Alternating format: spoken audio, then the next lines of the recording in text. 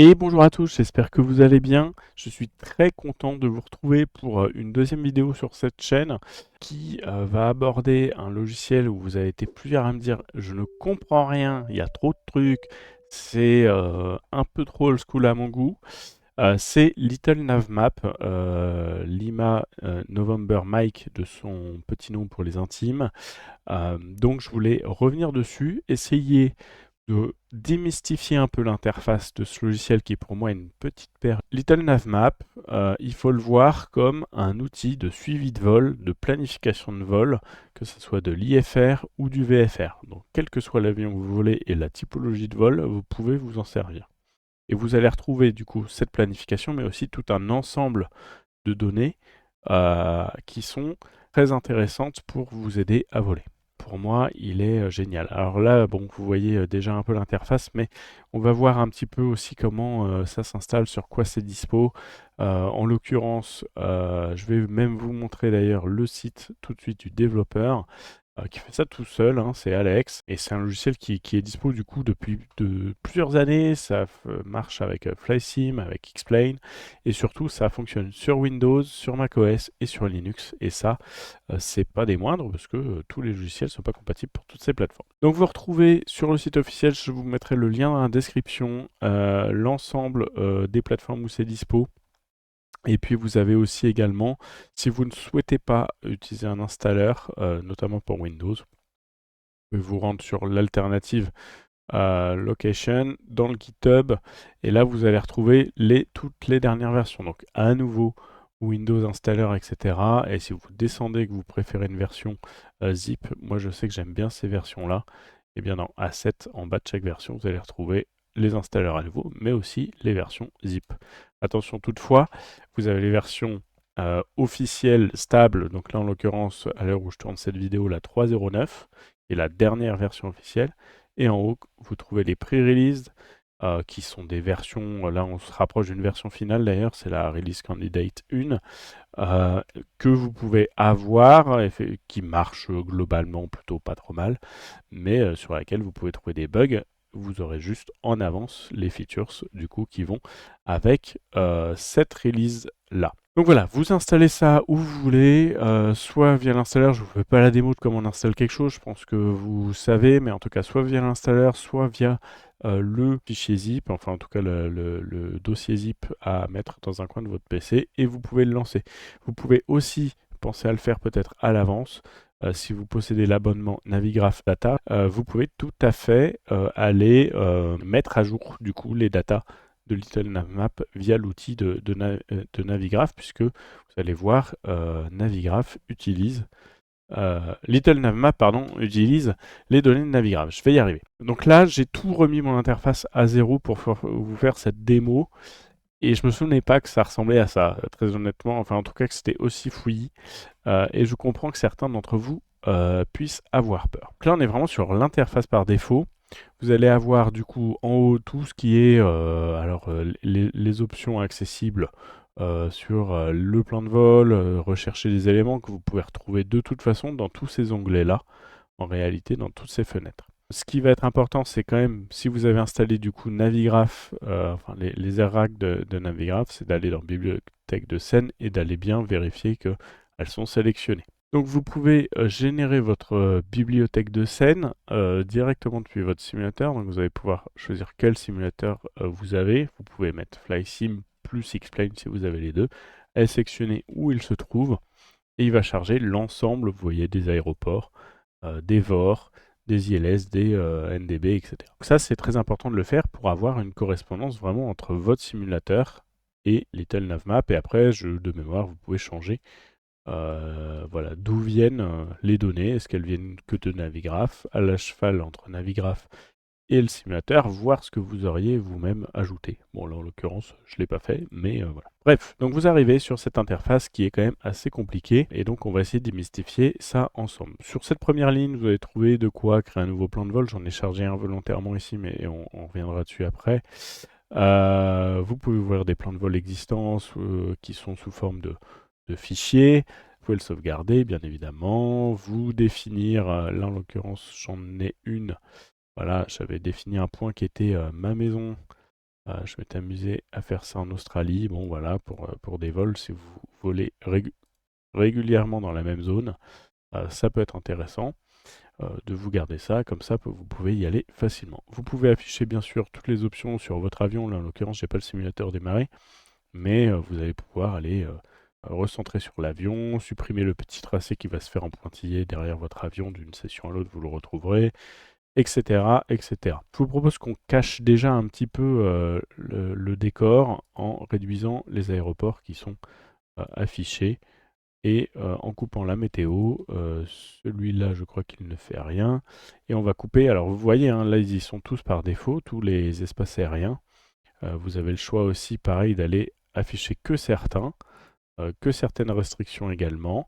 Là, en l'occurrence, moi je vais tout retirer parce que c'est pas le but de la vidéo, mais en tout cas, vous pouvez vraiment tout paramétrer de cette interface et sur tout ce qui est affiché. Et je vais y revenir, c'est même mieux que ça, vous allez pouvoir déplacer toutes les fenêtres que vous voyez à l'écran. Donc voilà, on est vraiment sur quelque chose d'assez simple. On va même retirer ça.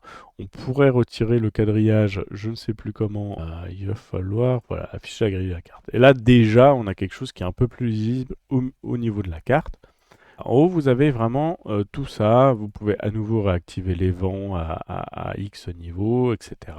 Afficher les différentes voies aériennes, etc. selon ce que vous voulez. Et puis après, si vous faites CTRL plus déplacement de la molette, vous pouvez afficher plus ou moins d'informations et de détails. Vous voyez en bas, en vert, le niveau de détail plus 1, plus 2, etc. qui augmente en fonction de ce que vous avez choisi. Mais pareil, si vous ne voulez pas voir tout ce qui est balises, etc., les points, alors les ILS, on peut peut-être les laisser, mais voilà. Et comme ça, d'ici, voilà, je vois plus... j'ai beau augmenter le niveau de détail, finalement, je ne vois plus grand-chose de tous ces éléments-là. Par contre, là, je vais voir effectivement bien l'ensemble des données de mon aéroport d'arrivée, etc. Donc, vous pouvez aussi, pour vous faciliter la vie, changer la cartographie. Alors, il y en a des plus ou moins adaptés à certaines utilisations. Peut-être que celle-là pour le VFR est intéressante, pour l'IFR pas forcément. Donc vous pouvez aller choper d'autres éléments.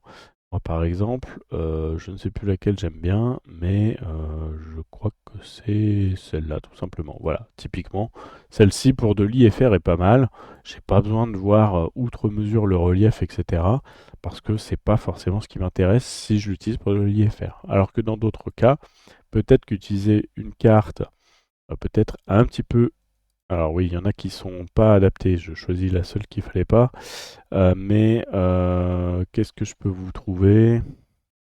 OpenTopo, voilà, typiquement. Il y a cette carte-là qui est plus intéressante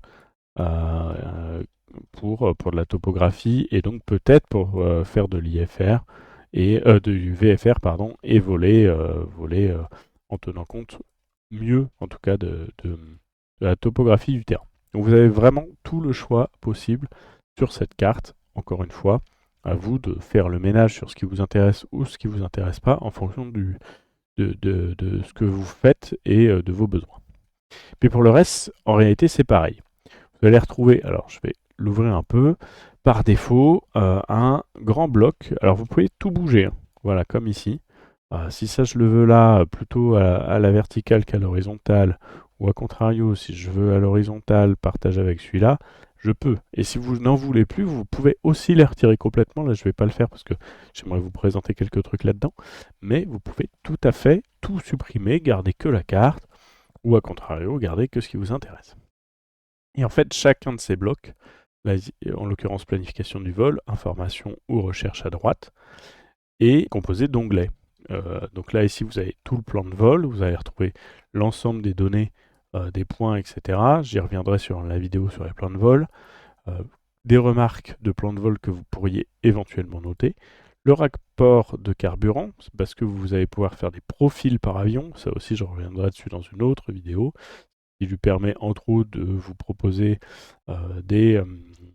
du carburant à embarquer, mais aussi qui vous permet de calculer plus correctement le top of climb et le top of descent. Et puis vous avez les performances actuelles de l'avion quand vous êtes en train de voler et autres. Et ça, ceci pour l'ensemble des blocs. Donc là, vous avez alors en plus là, c'est un niveau de plus, c'est que vous avez les onglets ici qui ont eux-mêmes des onglets en dessous.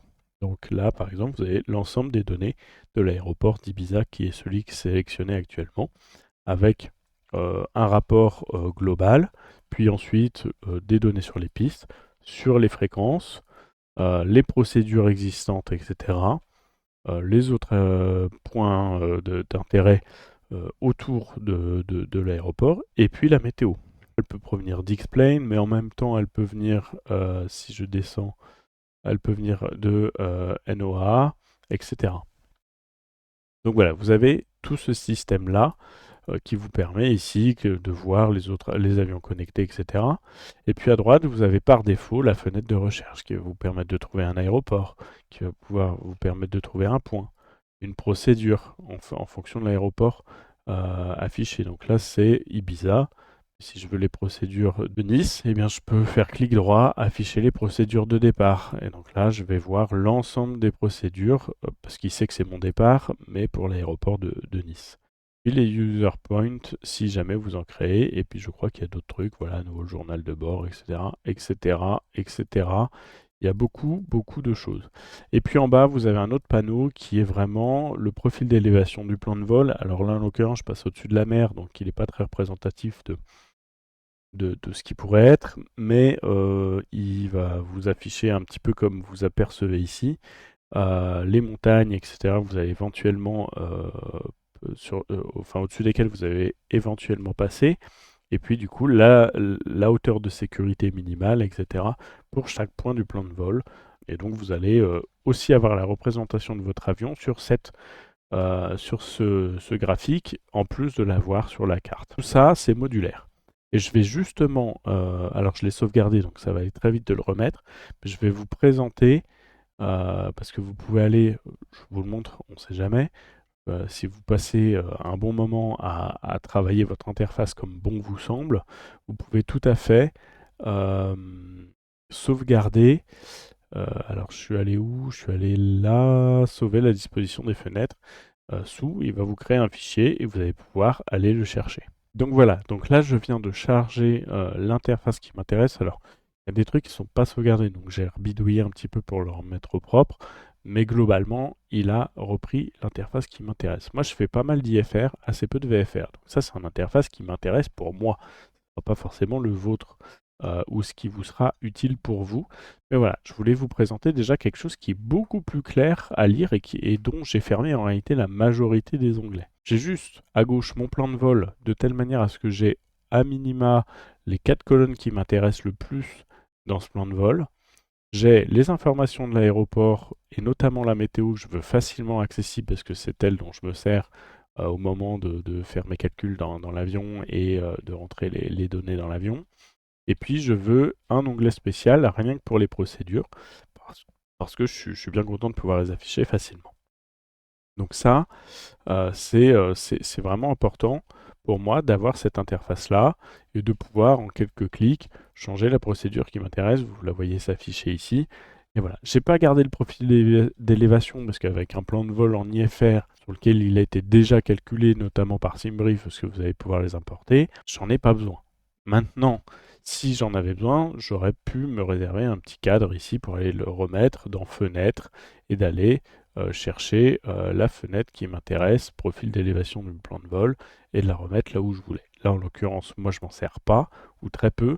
La dernière fois que ça m'est arrivé, c'était quand le GPS de mon avion m'a planté avant d'arriver à Milan au-dessus des montagnes. J'étais bien content de savoir à quelle hauteur j'étais pour pouvoir rejoindre Milan à peu près correctement. Mais sinon, voilà, j'en ai pas besoin au quotidien, donc j'ai gardé cette interface et celui-là me va bien. Et vous voyez, on est sur quelque chose qui est quand même beaucoup plus simple. La carte n'est pas polluée par autre chose que mon plan de vol parce que là aussi, j'ai pas besoin de 50 000 informations puisque je vais d'un point A à un point B.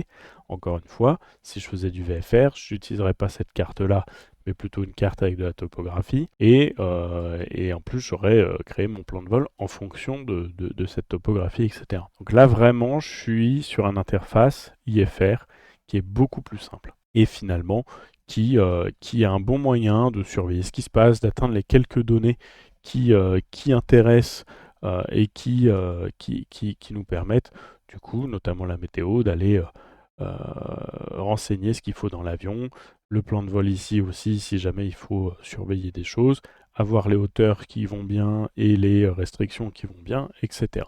Mais tout ça, je vous en reparlerai dans tout ce qui concerne le plan de vol. Je vais faire une vidéo dédiée au plan de vol et on verra ça ensemble, à la fois comment on en importe un, comment on en crée un plus ou moins automatiquement, parce qu'il y a aussi plusieurs manières de faire. Donc je vous présenterai tout ça à ce moment-là et vous allez voir que pour moi, Little Navmap est un excellent remplacement de Navigraph Charts. Alors oui, c'est peut-être pas aussi sexy sur le papier, même une fois remanié, mais pour autant, quand on veut pas dépenser une somme plus ou moins importante pour certains sur une année pour avoir des cartes, et bah, finalement on retrouve tout ce qu'il nous faut là-dedans dans Little Navmap pour pouvoir faire notre vol correctement. Donc voilà ce que je voulais vous présenter, c'est vraiment un survol de Little Navmap, mais on ira plus en profondeur sur la prochaine vidéo Little Navmap pour vous créer un plan de vol, pour vous aider à le faire, etc.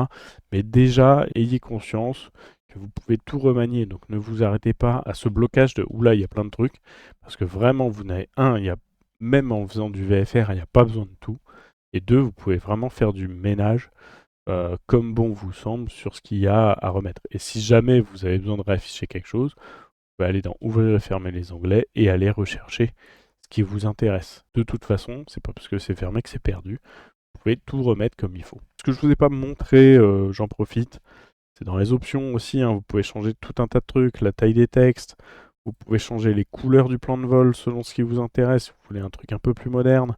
Vous pouvez tout changer aussi là, depuis ces options-là, il y a tout un tas de choses à faire. Je ne vais pas rentrer dans le détail, mais vous pouvez vous faciliter la vie aussi avec ces options. Donc voilà ce que je voulais vous présenter, j'espère que c'est clair pour vous, que ça va vous servir déjà à comprendre un peu mieux Little Navmap et ce qu'on peut y faire, et surtout comment on peut le présenter autrement. Et puis on rentrera plus dans le vif du sujet sur une prochaine vidéo.